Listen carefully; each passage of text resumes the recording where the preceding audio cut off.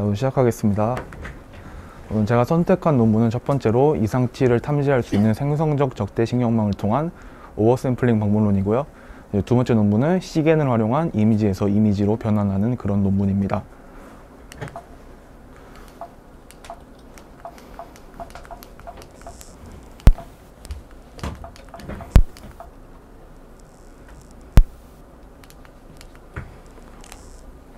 첫 번째로 클래스 임밸런스란 분류 문제를 다룰 때 특정한 클래스가 다른 클래스에 비하여 많은 현상입니다. 대부분 노멀 데이터가 메이저리티 데이터이고 어브노멀 데이터가 마이너리티 데이터입니다.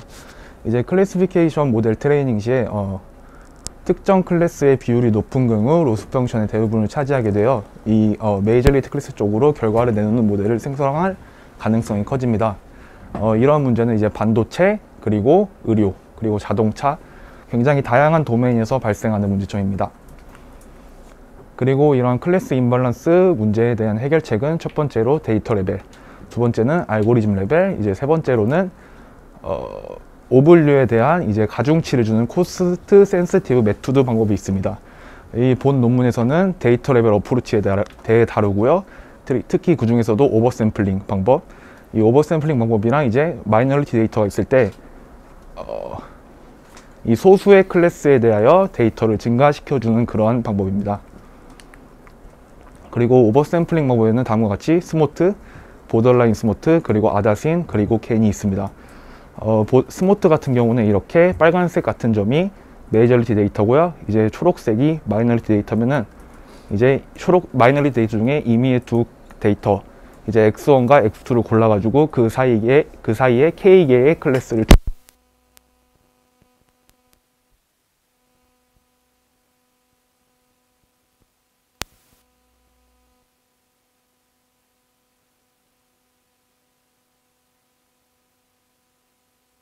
스모트 같은 경우는 좀 더 안전한 지역의 데이터가 생성되는 반면 보더라인 같은 경우는 이제 인접한 지역의 데이터가 생성되는 그러한 방식입니다.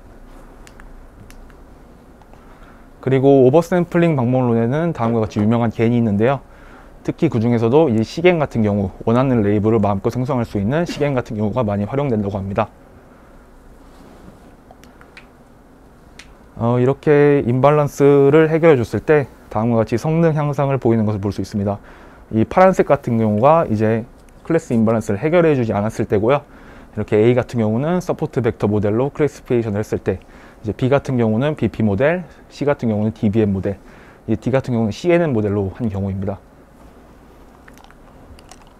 그리고 이제 기존의 다른 클래시피케이션 모델 같은 경우에는 오버샘플링을 할 때 이제 이상치를 고려하지 않았어요. 그래서 오른쪽 같은 경우에 보시면 이상치 이렇게 무리하게 잡아주다 보면은 트레이닝 시에 이렇게 오버피팅이 될 가능성이 존재합니다. 그래서 본 논문의 핵심은 이제 오버샘플링과 이상치 제거를 동시에 하고자 해요. 그러면 이 클래시피케이션의 성능이 더욱 향상시킬 수 있다고 이 본 논문은 말하고 있습니다.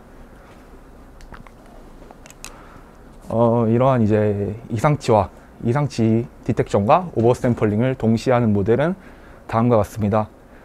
구조는 이제 겐과 동일하고요. 이제 생성적 관점이 아니라 시밀러리티 관점에서 보시면 될 것 같습니다.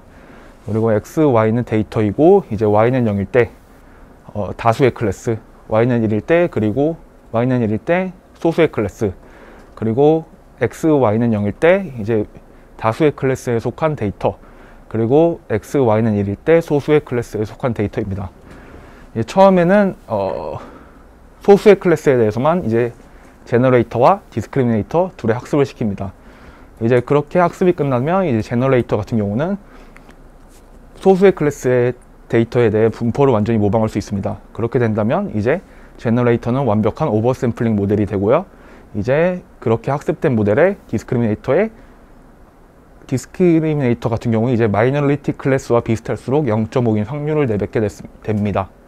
이제 그런 상태에서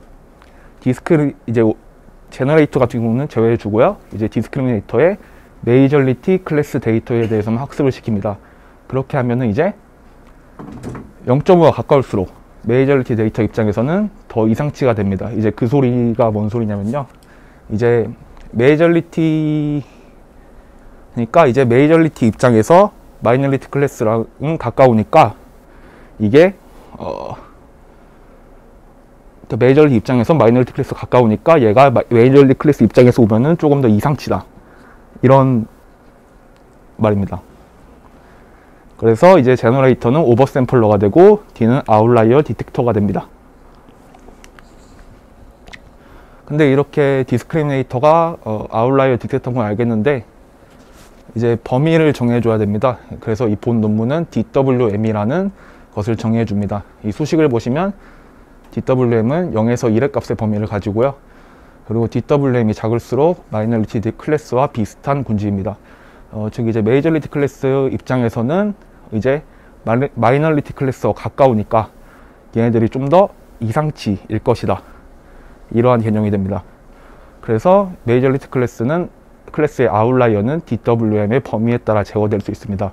이 범위에 따라 이 모든 것들이 제거될 수도 있고, 그리고 이 중에 일부만 제거될 수도 있습니다. 이렇게 DWM의 범위를 어떻게 정해주냐, 이 논문은 다음과 같은 실험을 했습니다. 이상치 제거 방법을 95%, 99%, 민, 엘보우 포인트 방법들을 이용하여 제거하고자 했습니다. 이렇게 실험한 결과 엘보우 포인트에서 가장 높은 순위를 나타내어 이 본 논문은 엘보우 포인트 방식을 선택하게 됩니다. 엘보우 포인트는 이렇게 급격하게 변하는 지조입니다. 그리고 이제 다양한 임밸런스 레이시오와 그리고 다양한 아웃라이어 레이시오에서 실험해주기 위해 기본 데이터, 피마, 시그먼트, 리브라, 그리고 시뮬레이션에 이제 이상치의 그 노이즈, 표준 정규분포에서 추출한 노이즈를 추가해줘서 이렇게 이상치를 만들어줬습니다. 그래서 이렇게 다양한 레이시오와 아웃라이어에서 비교 실험을 하고자 했습니다.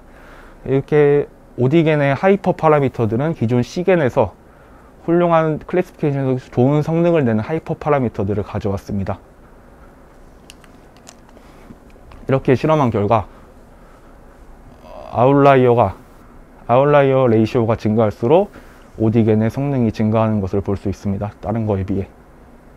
AUC 스코어고요. 이건 F 스코어입니다. 이제 뿐만 아니라 다양한 이제 클래시피케이션 모델에서도 오디겐이 최고의 성능을 보이는 것을 볼 수 있습니다.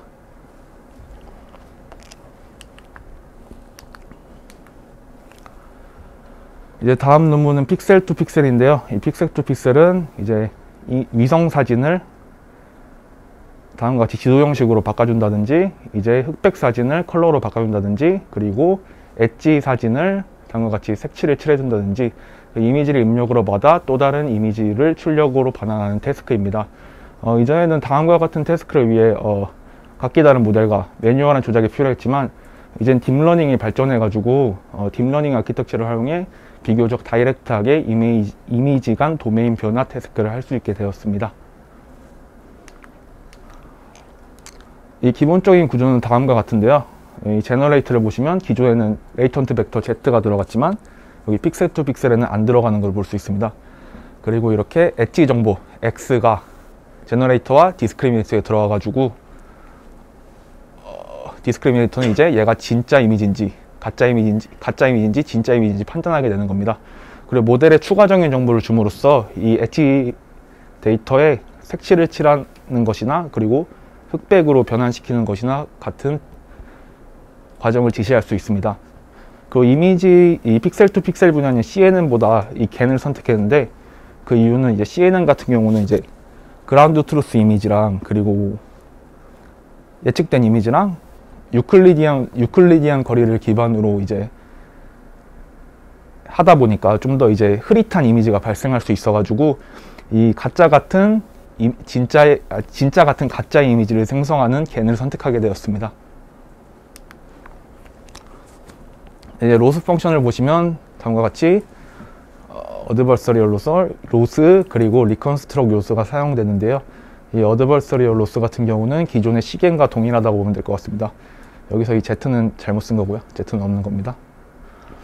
그리고 리컨스트럭 로스를 보시면 에런 로스를 사용했는데 L2 로스보다 에런 로스를 사용한 이유는 L2 로스가 좀 더 이상치에 민감하게 반응해 가지고 좀 더 이제 픽셀 값을 좀 더 다양하게 분포시키다 보니까 좀 더 흐릿한 이미지가 발생할 수 있어 가지고 에런 로스를 사용했다고 합니다. 토탈 로스는 2개의 로스를 더한 거고요. 이렇게 에런 로스만을 사용해 가지고 이미지를 만들었을 때 좀 더 블러한 흐릿한 이미지가 생성되는 것을 볼 수 있습니다. 이거는 이제 로우 프리퀀시, 즉 디테일하지 않은 부분에 대해서 잡아주는 거고요. 에런 로스 같은 경우는 L2 로스를 사용하면 더 흐릿하겠죠, 아까 말씀드렸다시피. 그리고 이제 시겐 같은 경우에 생성된 모델을 보시면 하이 프리퀀시, 디테일한 부분을 잡아주다 보니까 이렇게 기존에 존재하지 않던 이러한 이미지도 생기는 것을 볼 수 있습니다. 그리고 이렇게 에런과 시겐을 2개를 결합해 가지고 이제 에런 로스 같은 경우는 전체 테두리를 잡아주고, 이제 시겐 같은 경우는 디테일한 부분을 잡아주는 것을 볼 수 있습니다.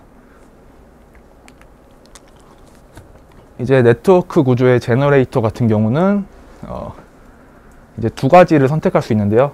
첫 번째는 이제 DC겐에서 기본적으로 사용하는 구조로 인코더와 디코더가 있습니다.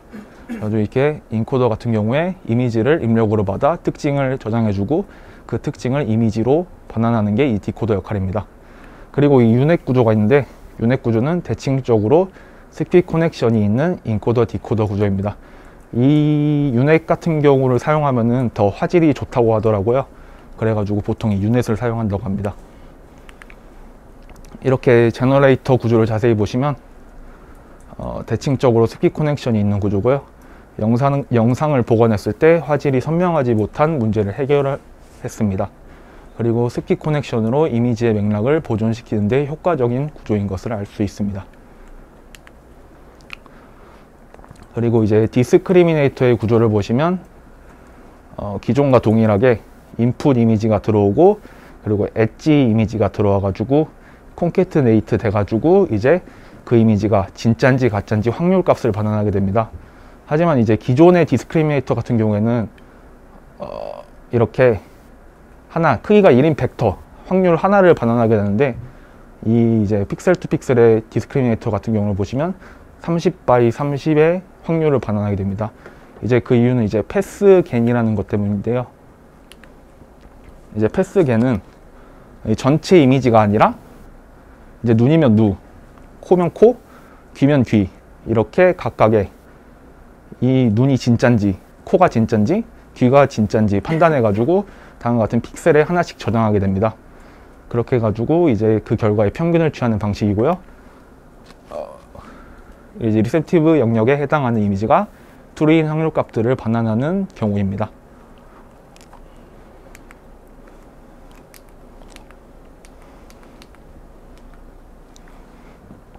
이렇게 해가지고 본 논문은 이 70 by 70의 패치 크기가 가장 효과적이라고 주장하고 있습니다.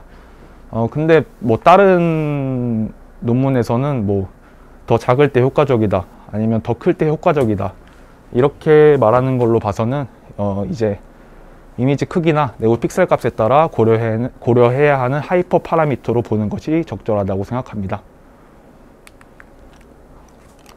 그리고 이제 이거는 사람들이 직관적으로 봤을 때, 이제 겐 같은 경우가 평가하기 힘드니까 사람들에게 하나씩 물어봤어요. 직관적으로 이 이미지가 진짜 같냐 가짜 같냐 이렇게 물어봤는데, 이제 에런 로스와 시겐을 결합한